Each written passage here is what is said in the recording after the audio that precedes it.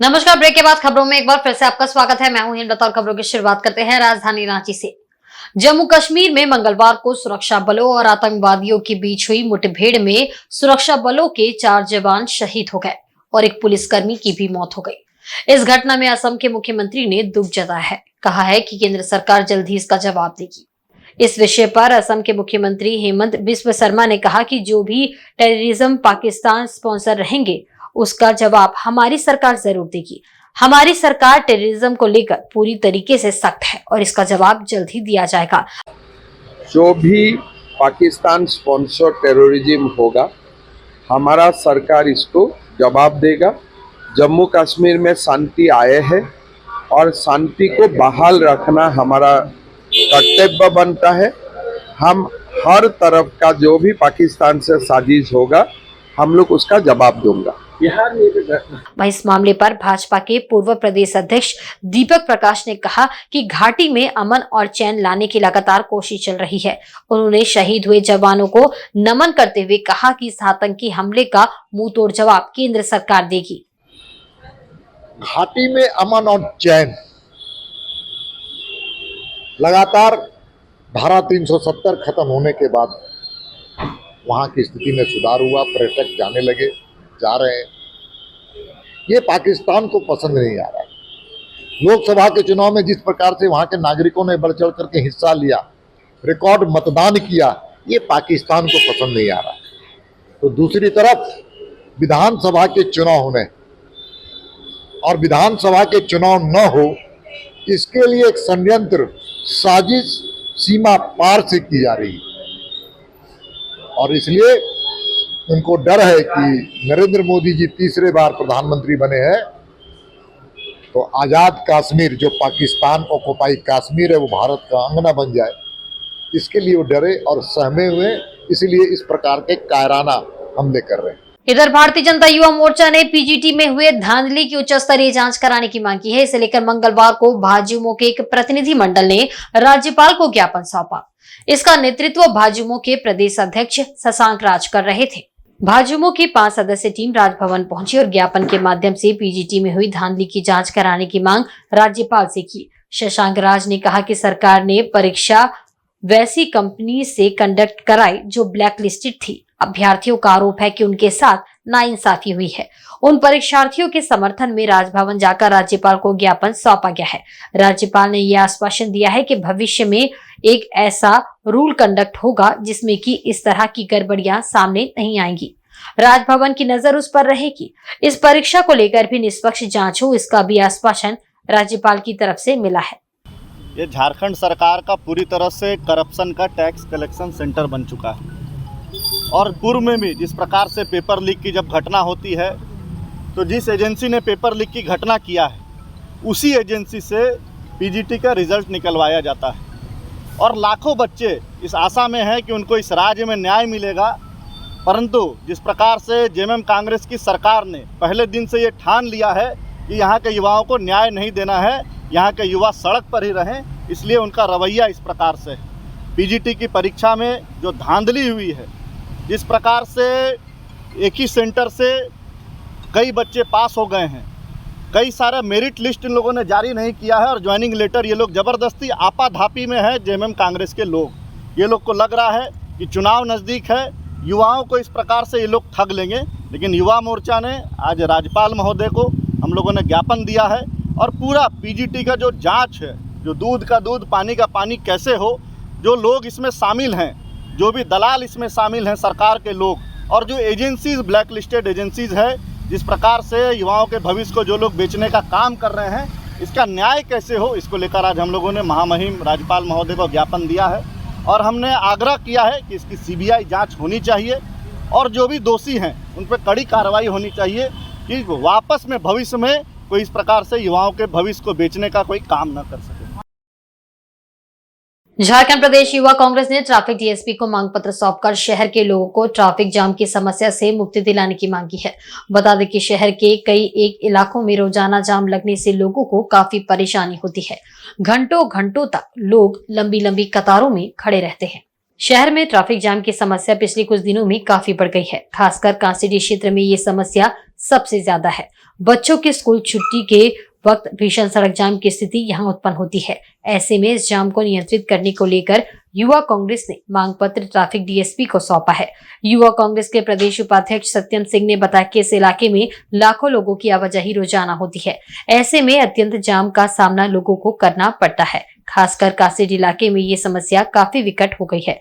इसके निदान की मांग ट्रैफिक डीएसपी से की गई है। देखिए, कांसीडी चौक पर जो अक्सर जाम पाया जाता है, जिसकी वजह से सैकड़ों लोग क्षेत्र के जो वसिंदे हैं उन लोगों को काफ़ी समस्याओं का सामना करना पड़ रहा है। जो स्कूल से बच्चे आ रहे हैं उनको लेट हो रहा है। उसके बाद जितने लोग अपने काम करके वापस घर जा रहे हैं उनको 1-1.5 घंटा वहाँ पर लेट हो जाता है। तो इस वजह से आज हम लोग डीएसपी ट्रैफिक जी से मिलने आए हैं और उनके सामने अपनी मांगों को रखे हैं और उन्होंने आश्वासन दिया है कि इसको जल्द से जल्द दूर किया जाएगा। भारत आदिवासी पार्टी झारखंड में आदिवासियों एवं मूलवासियों के लिए तीसरे विकल्प के रूप में उभर कर सामने आएगी। ये दावा पार्टी के पदाधिकारियों ने रांची के करमटोली स्थित धुमकुड़िया सभागार में आयोजित एक प्रेस कॉन्फ्रेंस के दौरान किया है। कहा है कि पिछले 23 वर्षों में झारखंड में आदिवासी मूलवासियों की बद से बदतर स्थिति हो गई है। भारत आदिवासी पार्टी के प्रेम शाही मुंडा ने कहा कि भाजपा, कांग्रेस और झारखंड मुक्ति मोर्चा को आदिवासियों के विकास की बात करने का कोई अधिकार नहीं है। उन्होंने झारखंड की जनता, बुद्धिजीवी वर्ग, छात्र और नौजवानों से पार्टी में जुड़कर झारखंड को सशक्त बनाने का आह्वान किया है। प्रेम शाही ने बताया कि 21 जुलाई को पार्टी के राष्ट्रीय अध्यक्ष मोहन लाल रौत रांची पहुंच रहे हैं। झारखंड आकर वे सामाजिक कार्यकर्ताओं से मिलेंगे और संगठन के विषय पर विचार विमर्श करेंगे। भारत आदिवासी पार्टी के तत्वावधान में पूरे झारखंड में सदस्यता अभियान चलाया जाएगा।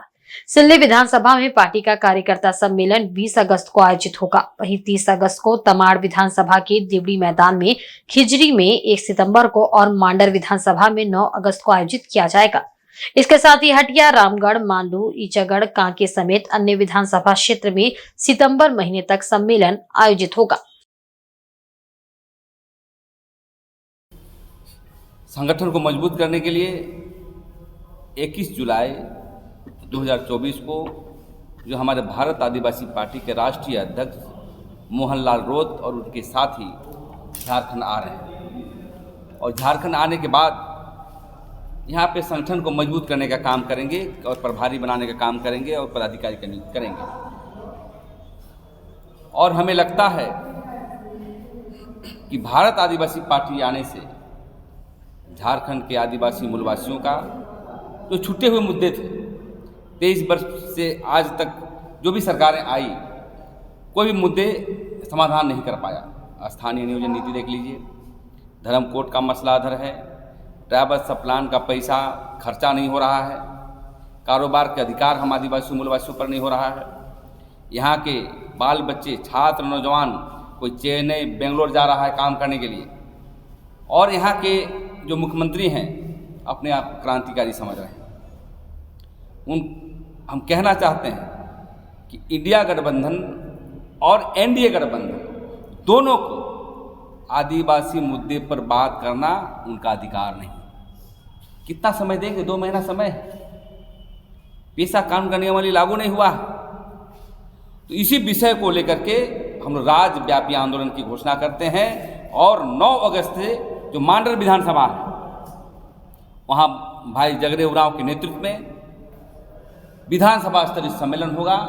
हम विश्व आदिवासी दिवस भी मनाएंगे और पार्टी लाइन के आधार पर डेवलप भी करेंगे।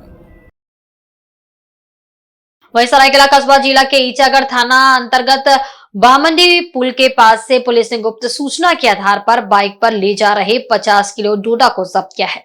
इस कार्रवाई के दौरान एक डोडा माफिया को गिरफ्तार किया गया। पुलिस ने आरोपी को मंगलवार शाम न्यायिक हिरासत में जेल भेज दिया। गिरफ्तार अभियुक्त पश्चिम बंगाल के पुरुलिया जिले के बागमुंडी थाना अंतर्गत बीरदिरी गांव का रहने वाला श्री राम कुमार है। गुप्त सूचना के आधार पर ईचागढ़ थाना प्रभारी विक्रमादित्य पांडे व तिरुल्डी थाना प्रभारी आलमचंद महतो ने तिरुल्डी और बामंडी के बीच स्वर्णरेखा नदी पुल के पास वाहन जांच अभियान शुरू किया। जांच के क्रम में बंगाल की ओर से बाइक पर लोड कर डोडा ले जाने वाले को पुलिस ने धर दबोचा। ईचागढ़ पुलिस द्वारा डोडा व बाइक को जब्त कर श्री राम कुमार को गिरफ्तार कर लिया गया है। मिली जानकारी के अनुसार तमार, बोड़ा, कुटाम आदि क्षेत्रों से बंगाल के डोडा कारोबारी बाइक पर रात के अंधेरे में चोरी छिपे ईचागढ़ व तिरुल्डी के रास्ते डोडा की तस्करी करते हैं। डोडा ले जाने की सूचना मिलते ही दोनों थाना प्रभारी हरकत में आए और डोडा माफिया को गिरफ्तार करने में कामयाब रहे। मालूम हो कि जिला के नए एसपी मुकेश लोनायत के योगदान के बाद से ही अवैध धंधों के खिलाफ सख्त कार्रवाई करने का निर्देश सभी थाना प्रभारियों को दिया गया है। इसके बाद से पुलिस काफी सक्रिय नजर आ रही है। ईचागढ़ व तिरुल्डी में लगातार अवैध बालू, डोडा आदि पर लगातार कार्रवाई की जा रही है। अपने विभिन्न मांगों को लेकर जोहर ग्रामीण विकास संघर्ष समिति के बैनर तले सैकड़ों ग्रामीणों ने जमशेदपुर के पोटका प्रखंड कार्यालय पर प्रदर्शन किया। इससे पूर्व ग्रामीणों ने हाथा चौक से रैली निकाली और नारेबाजी करते हुए प्रखंड कार्यालय पहुंचे। उन्होंने केंद्र और राज्य सरकार की सभी योजनाओं को जन जन तक पहुंचाने की मांग की। इस दौरान समिति के अध्यक्ष महीन सरदार, तपन दास एवं अन्य समर्थकों के द्वारा पोटका बीडीओ को केंद्र एवं झारखंड सरकार के नाम मांग पत्र सौंपा गया। इस मांग पत्र के माध्यम से समिति ने बताया कि केंद्र हो या राज्य सरकार, किसी भी तरह की योजनाएं अंतिम व्यक्ति तक नहीं पहुंच पा रही है। सभी जरूरतमंदों तक इसका लाभ पहुंचाने को लेकर समिति लगातार आंदोलन करती रही है। अध्यक्ष महीन सरदार ने कहा कि 50% योजनाओं का लाभ लाभुकों तक नहीं पहुंच पाता है, बाकी रास्ते से ही गायब हो जा रहे हैं। जरूरतमंदों तक उनकी योजनाएं कैसे पहुंचे, समिति इसके लिए प्रयास कर रही है। उन्होंने कहा कि आज ग्रामीणों में काफी रोष है। झारखंड उड़ीसा को जोड़ने वाली सड़क रसुनचोपा के आसपास 5 से 7 किलोमीटर जर्जर है, जिसके कारण लोगों को काफी दिक्कतों का सामना करना पड़ता है। इतनी दूरी तय करने में लोगों को आधा घंटा से 40 मिनट का समय लगता है। तपन दास ने कहा कि गरीब जरूरतमंदों तक योजनाएं पहुंचे, इसको लेकर वे लोग लगातार आंदोलन करते रहे हैं। शोषण बंद करो, बंद करो, गरीबों का हक अधिकार लेना बंद करे, बंद करो, बंद करो। झारखंड सरकार, केंद्र सरकार होश में आए, होश में आए, होश में आए। गरीबों का हक अधिकार छीनना बंद करो, बंद करे, बंद करे। जय जय झारखंड, जय जय झारखंड। विधान क्षेत्र में जो पुराने 11,000 केवीए के जो जर्जर जो बिजली तार है, हम लोग देख रहे हैं कि बहुत सारा बिजली तार हमारे खेती में होके जा रही है। तो कम काफ़ी पुराने और बिजली पोल भी काफ़ी जर्जर हो चुके हैं, उसको बदली किया जाए। क्योंकि झारखंड सरकार जब आई है बहुत सारा जगह में बदली हो चुकी है, लेकिन पोटका विधानसभा में बहुत जगह छूटी है, उसको अविलंब उसको नया लगाया जाए और बदली किया जाए। ऐसा ही बहुत सारा चीज़ें अंत्योदय में भी हम लोग का जो भी कम मात्रा में दिया जाता है उसको भी दिया जाए और गड़बड़ किसी प्रकार का ना किया जाए। और हेल्थ जैसे वृद्धा पेंशन में हम लोग लिखे हैं जो 1,000 रुपया हमारा वृद्धा पेंशन, विकलांग पेंशन और विधवा पेंशन मिलता है, इसमें भी बढ़ोतरी किया जाए, 1,000 से 3,000 किया जाए। क्योंकि नेता लोगों का देखिएगा 2 साल 5 साल के बाद कम से कम 1.5-2 लाख करके बढ़ते रहता है। अभी 2.5 लाख तक पहुँच गया है। लेकिन इन लोगों का अगर 500 रुपया बढ़ता है तो उसमें से इतना भाव अंडर कर देता है कि कितना बढ़ गया। अरे महंगाई इतना है, लेकिन जरूरत सबका पड़ा कि 3,000 तक कम से कम होना चाहिए। पूर्वी सिंहभूम जिले के मुसब्बन स्थित पारुलिया रोहिणीगोड़ा स्थित गौड़ आदिवासी क्लब भवन में गौड़ आदिवासी समाज की एक बैठक आयोजित हुई। इसमें रोहिणी गोड़ा, कुंदगड़िया, लोचनडी और रत्नू कोचा के ग्रामीण उपस्थित थे। इसकी अध्यक्षता पारुलिया कल्याण समिति के अध्यक्ष दाता करण नायक ने की। मुख्य अतिथि विधायक रामदास सोरेन ने समाज के लोगों को जाति प्रमाण पत्र नहीं मिलने से हो रही परेशानी पर चर्चा की। बताया गया कि पूर्व में गौड़ समाज के लोगों को जाति प्रमाण पत्र मिलता था। खतियान में नायक और गौड़ जाति लिखे होने से जाति प्रमाण पत्र बनाने में परेशानी हो रही है। विद्यार्थियों को पढ़ाई में दिक्कत आ रही है। एसडीओ का आवेदन दिया गया है। विधायक ने कहा कि गौड़ समाज के लोग आदिवासी जनजाति के हैं। खतियान में उनकी जाति उल्लेख नहीं होने से प्रमाण पत्र मिलने में कठिनाई हो रही है। विधानसभा में उनकी बातों को रखा है, जल्दी समस्या को दूर कर लिया जाएगा। विधायक ने गांव की समस्याओं को सूचीबद्ध करने को कहा और समाधान का आश्वासन दिया। शायद इस रोहिणी गोड़ा गांव की जो एक समस्या था, करीब 2 साल पहले से एक गौड़ जाति और नायक, खतियान में ये लोगों का नायक लिखा जाता है, गौड़ आदिवासी में आता है। इसी को विवाद को लेकर के ये लोगों का जाति प्रमाण पत्र नहीं बनता था, जिसमें ये लोग बच्चा को एडमिशन में बहुत दिक्कत होती थी। यहाँ के ये लोगों का बच्चा लोग जनरल रूप से स्कूल में एडमिशन होते थे और उसका पैसा पूर्ण लगता था, जबकि ये लोग आदिवासी है। इस बात को मैंने विगत वर्ष में विधानसभा में उठाया और विधानसभा में उठाने के बाद एक टेक्निकल प्रॉब्लम आया कि एक 64 का खतियान में ये लोगों का किसी न किसी रूप से ये लोग गौड़ जाति का खतियान में नाम नायक आ गया। तो खतियान को तो चेंज नहीं किया जा सकता है। जहाँ है तो आदिवासी, उड़ीसा में आदिवासी है, बंगाल में आदिवासी है, बिहार में आदिवासी है, ये लोगों को आदिवासी नहीं मान के सर्टिफिकेट नहीं बन रहा था। तो विधानसभा उठाने के बाद आज वहाँ पर ये बात सामने आई कि ठीक है, ये लोगों का खतियान तो नहीं बदला जा सकता, लेकिन यहाँ पर जो भी क्षेत्र का BDO होगा वो लोग अपना विवेक से जातिपन बनाएंगे। विवेक से कहने का मतलब है, विवेक से क्या है कि उस गांव के जो प्रधान है, उस गांव के जो मारो 4 या 5 को खतियानधारी अगर सर्टिफाई कर देता है कि ये लोग गलती से, ये लोग गौंड जाति का है और नायक खतियान में लिखा गया है, ये लोग आदिवासी, मूलतः आदिवासी है, ये सर्टिफाई वहाँ गांव के ग्राम प्रधान या जो 5 खतियानधारी जिसका खतियान है वो अगर सर्टिफाई करे तो निश्चित रूप से ये लोगों का जाति प्रमाण पत्र बनेगा।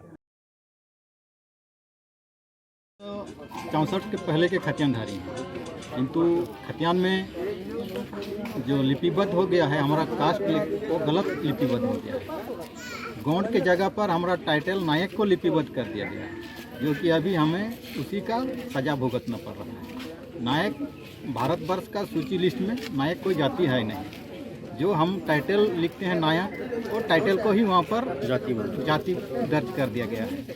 क्या परेशानी इससे होता था? हाँ, तो हो गया। तो अभी हम लोगों को बोला गया है, लिखित आदेश भी है सरकार का, कि जहाँ पर खतियान में संशय हो, डाउट हो, तो वहाँ पर ग्राम सभा के मार्फत से वहाँ पर ग्राम प्रधान सत्यापित करेंगे और उस पंचायत के 5 खतियानधारी सत्यापित करेंगे कि ये अमुक जाति के हैं, गौंड के हैं, और उसी के आधार पर हमें अभी जाति प्रमाण पत्र मिलना शुरू हुआ था। बीच में बंद हो गया था, फिर से अभी मिलना। अनुमंडल पदाधिकारी बोले हैं कि आप लोग 5 खतियानधारी से सत्यापित कराइए और ग्राम प्रधान सत्यापित कराइए, आपको दिया जाएगा। वहीं सरायकेला जिले के 1.5 दशक से पत्रकारिता में अपनी अलग पहचान स्थापित कर चुके शेख अलाउद्दीन का मंगलवार को एक सड़क दुर्घटना में निधन हो गया। शेख अलाउद्दीन के निधन पर जिला उपायुक्त रविशंकर शुक्ला ने शोक जताया। वहीं सरायकेला के मीडिया कर्मियों ने भी गहरी संवेदना व्यक्त की है। प्राप्त जानकारी के अनुसार मंगलवार दोपहर 12 बजे दिवंगत पत्रकार शेख अलाउद्दीन सरायकेला मुख्यालय रिपोर्टिंग के लिए अपनी मोटरसाइकिल से जा रहे थे। इस दौरान दुगनी CRPF कैंप के नजदीक बैगनबाड़ी के पास फ्लाइंग एस लदे वाहन ने उनकी बाइक को जोरदार टक्कर मार दी। इस दुर्घटना में मृत शेख अलाउद्दीन के दोनों पैर बुरी तरह कुचल गए, जिससे वह गंभीर रूप से जख्मी हो गया। दुर्घटना के बाद उन्हें जमशेदपुर के TMH अस्पताल में आनन फानन में इलाज के लिए भर्ती कराया गया, जहां चिकित्सकों ने उन्हें मृत घोषित कर दिया। अलाउद्दीन अपने पीछे भरा पूरा परिवार छोड़ गए हैं, जिसमें 3 पुत्र और पुत्रवधू शामिल है। शेख अलाउद्दीन के असामयिक निधन से सरायकेला के मुड़िया निवासियों में शोक की लहर है। उनके निधन पर सरायकेला बार एसोसिएशन के पूर्व उपाध्यक्ष अधिवक्ता ओम प्रकाश, आदित्यपुर नगर निगम के पूर्व उपाध्यक्ष पुरेंद्र नारायण सिंह ने भी शोक प्रकट किया है। अलाउद्दीन जी सरायकेला खरसावां जिले में पत्रकारिता के क्षेत्र में एक महत्वपूर्ण स्तंभ थे। उनके आकस्मिक निधन से सभी लोग मर्माहत हैं कि दिवंगत आत्मा की शांति के लिए प्रार्थना करते हैं तथा उनके परिवारजनों को ईश्वर इस दुख को सहन करने की शक्ति दे, कामना करते हैं। और इधर सरायकेला जिले के आदित्यपुर 2 रोड नंबर 19 सामुदायिक भवन में स्वर्गीय संजय प्रसाद की पुण्य स्मृति में मंगलवार को रक्तदान शिविर का आयोजन किया गया। इसमें स्थानीय युवाओं ने बढ़ चढ़कर हिस्सा लिया और रक्तदान किया। Lions club of Patna, Shubham एवं जमशेदपुर ब्लड बैंक के सहयोग से आयोजित हुए रक्तदान शिविर में स्थानीय रोड नंबर 19 योद्धा स्पोर्टिंग क्लब के सदस्यों ने रक्तदान किया।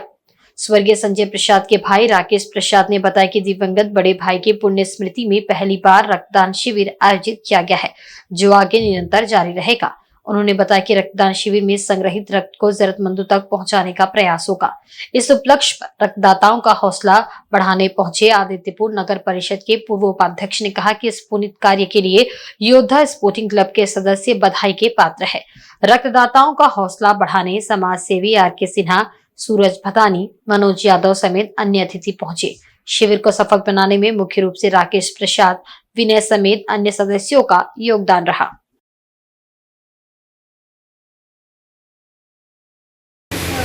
स्वर्गीय संजय प्रसाद जी के पुण्यतिथि पे मैं फर्स्ट बार ब्लड डोनेशन कैंप किया हूँ। लायंस क्लब पटना शुभम और ब्लड बैंक सेंटर से सहयोग से मैं अपने क्लब के साथी योद्धा स्पोर्टिंग क्लब के साथीगण के साथ शुरुआत किया हूँ और आगे भी चलते रहेंगे। और मैं कोशिश करूँगा कि ज़्यादा से ज़्यादा ब्लड डोनेशन हो। हमारे बहुत ऐसे साथी को ब्लड नहीं मिलती है, इसके चलते हमें बहुत तकलीफ होती है और हमने ये फैसला लिया कि मैं अपने भाई के पुण्यतिथि के अवसर पर ब्लड डोनेशन कैंप करूंगा। और भगवान जगन्नाथ अपनी बहन सुभद्रा व बड़े भाई बलभद्र के साथ 9 दिनों तक मौसीबाड़ी गुड़िया मंदिर में रहने के बाद सोमवार देर शाम को वापस श्री जगन्नाथ मंदिर पुरानी बस्ती लौट आए। इस अवसर पर चक्रधरपुर के पुरानी बस्ती में घूरती रथ यात्रा सह मेला का आयोजन किया गया। घूरती रथ यात्रा के पहले मौसीबाड़ी से प्रभु जगन्नाथ की रथ को लाकर श्रद्धालुओं द्वारा बोड़ो दांडो के रूप में चिन्हित अधिवक्ता दिनेश महापात्रों के घर के समीप रखा गया था, जहां सोमवार की सुबह श्रद्धालु भक्तों द्वारा भगवान के दर्शन एवं श्रद्धा भाव से पूजा अर्चना की गई, जिसके बाद शाम करीब 5 बजे पुनः रथ यात्रा निकाली गई। सैकड़ों की संख्या में श्रद्धालु भक्त रथ को खींचते हुए श्री जगन्नाथ मंदिर पहुंचे, जहां विधि विधान के साथ भगवान के तीनों प्रतिमाओं का विशेष पूजा अर्चना कर गर्भगृह में स्थापित किया गया। इस बीच मंगल आरती की गई। रथ यात्रा के दौरान श्रद्धालु भक्तों द्वारा भजन कीर्तन भी किया गया। वहीं श्रद्धालु भक्तों द्वारा भगवान के दर्शन करते हुए मन्नत भी मांगी गई। रथ यात्रा के अवसर पर पुरानी बस्ती में मेले का आयोजन भी हुआ। मेला में विभिन्न प्रकार के स्वादिष्ट पकवान एवं खिलौने की दुकान लगाए गए थे। रथ यात्रा एवं मेला को देखने के लिए आसपास क्षेत्र के सैकड़ों श्रद्धालु पहुंचे।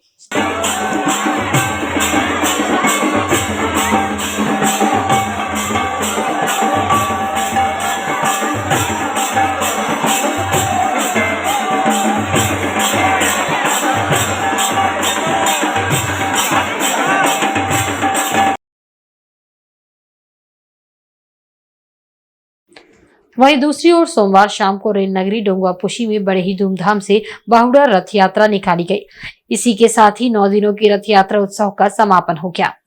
इस अवसर पर पूरे विधि विधान से जगन्नाथ महाप्रभु भाई बलभद्र और बहन सुभद्रा की पूजा अर्चना कर उन्हें श्रद्धा पूर्वक रथ पर विराजमान किया गया। उसके बाद सभी श्रद्धालुओं ने एक साथ इकट्ठा होकर बाहुड़ा रथ यात्रा का शुभारंभ किया। इस दौरान पूरा वातावरण जय जगन्नाथ के गगनभेदी नारों से गूंजता रहा। इस रथ यात्रा में हजारों लोग इकट्ठा हुए और प्रभु जगन्नाथ के रथ को खींचकर भक्ति गीतों पर झूमते रहे। रथ खींचने को लेकर श्रद्धालुओं में उत्साह और भक्ति का माहौल दिखा। रथ यात्रा को सुगमता से ले जाने वाली भीड़ को नियंत्रित करने के लिए पुलिस भी मौजूद रही।